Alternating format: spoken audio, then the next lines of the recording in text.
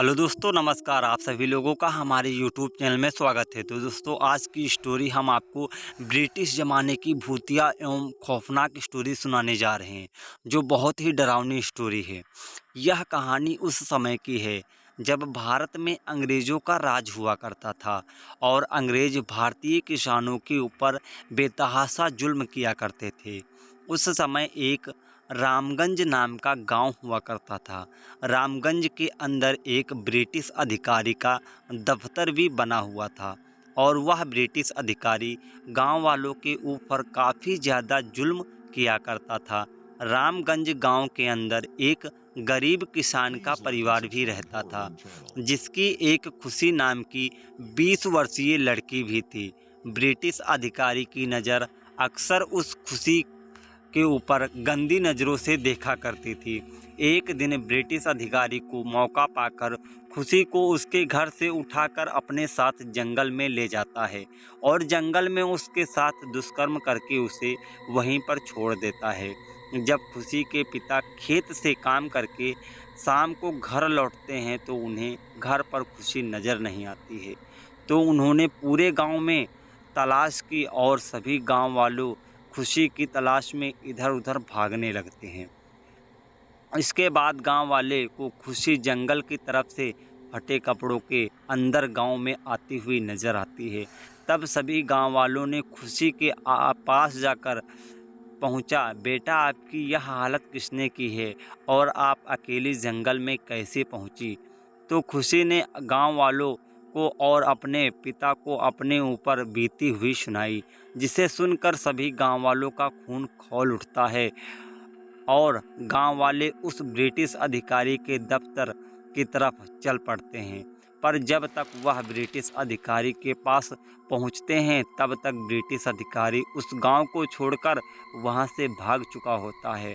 पर दोस्तों, खुशी की इज्जत अब तो लौटकर वापस नहीं आ सकती है, इसलिए अब उसे सभी गांव वाले भला बुरा कहने लगे थे और उसे अपवित्र बताने लगे थे। साथ ही खुशी के साथ कोई भी नौजवान अब शादी करने को भी तैयार नहीं होता था, जिसे देख खुशी के माता-पिता काफ़ी ज़्यादा चिंतित होने लगे थे, जिससे खुशी बिल्कुल भी बर्दाश्त नहीं कर पा रही थी और खुशी ने एक दिन आत्महत्या करने के लिए ठान ही ली थी और अपनी जान लेने के लिए गांव के पास वाले जंगल में जाकर एक ऊंची पहाड़ी से नदी में कूदकर अपनी जान दे देती है। खुशी के माता-पिता इस दर्द को बर्दाश्त नहीं कर पाते हैं और वह भी खुशी के गम में मर जाते हैं। पर दोस्तों, खुशी जिसने नदी में कूदकर अपनी जान दी थी, वह मरकर अब एक खतरनाक चुड़ैल बन चुकी थी।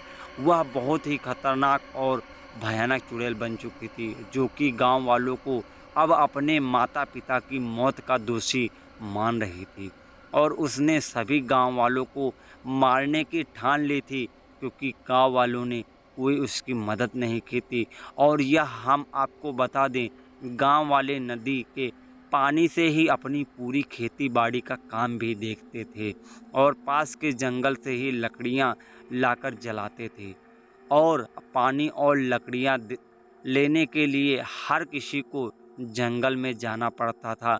अगर वो जंगल नहीं जाते थे तो उनको ना ही पानी मिलता था और ना ही लकड़ियां मिलती थी।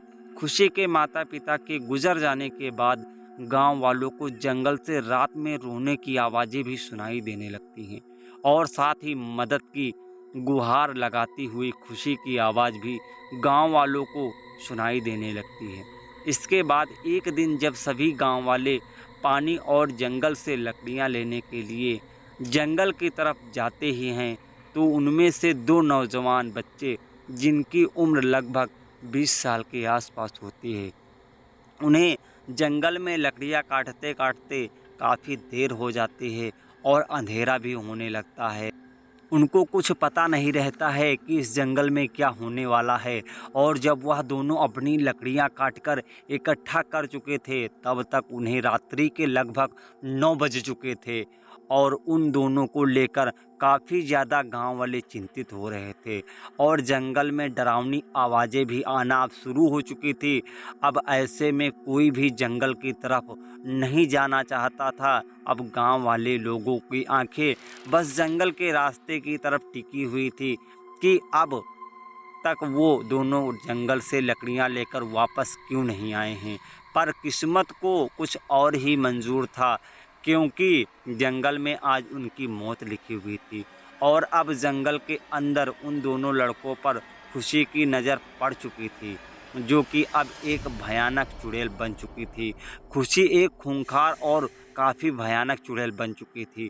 खुशी ने उन दोनों ही लड़कों के दिल उनके शरीर से अलग करके उन्हें खा गई है और उनके मृत शरीर को पेड़ पर उल्टा लटका देती है।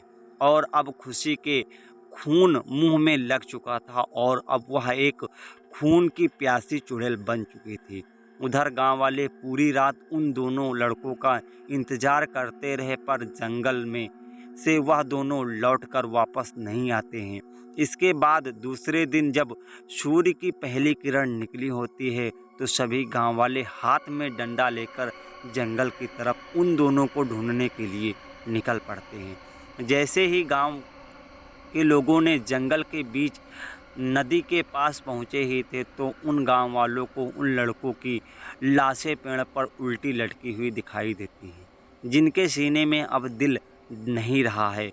गांव वाले समझ चुके हैं कि गांव पर अब मौत का साया आ चुका है, जो अब किसी को भी नहीं छोड़ेगा। डर के कारण कुछ लोग तो गांव छोड़कर चले ही जाते हैं।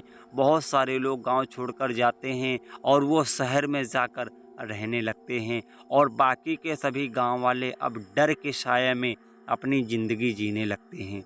दोस्तों, इसके बाद अब जब भी कोई उस जंगल की तरफ रात के समय जाता था तो वह जंगल से कभी भी जिंदा वापस लौट के नहीं आता था और वह मर ही जाता था और खुशी का शिकार हो जाता था। दोस्तों, अभी कहानी कहते हैं बाकी है। आपको हमारी आज की भूतिया कहानी कैसी लगी है कमेंट में ज़रूर बताइएगा। यह कहानी अभी अधूरी है। अगर आप जानना चाहते हैं कि उन सभी गांव वालों का क्या हुआ था और आखिर में खुशी कितने लोगों की जान ली थी, क्या खुशी को मुक्ति मिली थी या नहीं मिली थी, यह सब जानने के लिए आपको हमें कमेंट करके बताना होगा कि आप इस कहानी का अगला भाग देखना चाहते हैं कि नहीं। अगर आप देखना चाहते हैं तो आप लोग हमें कमेंट करके बताइए। आपको अगला भाग इस वीडियो के अगले पार्ट में ज़रूर मिल जाएगा, लेकिन इसके लिए आपको हमें कमेंट करके बताना होगा कि आप पूरी कहानी सुनना चाहते हैं कि नहीं सुनना चाहते हैं, और यह भी बताना कि यह कहानी आपको कैसी लगी है। हमारे चैनल पर आपको ऐसी ही डरावनी और love story, romantic love story आपको मिलती रहेंगी। तो वीडियो देखने के लिए थैंक यू। मिलते हैं तब तक के अगले वीडियो में। तब तक के जय हिंद, वंदे मातरम।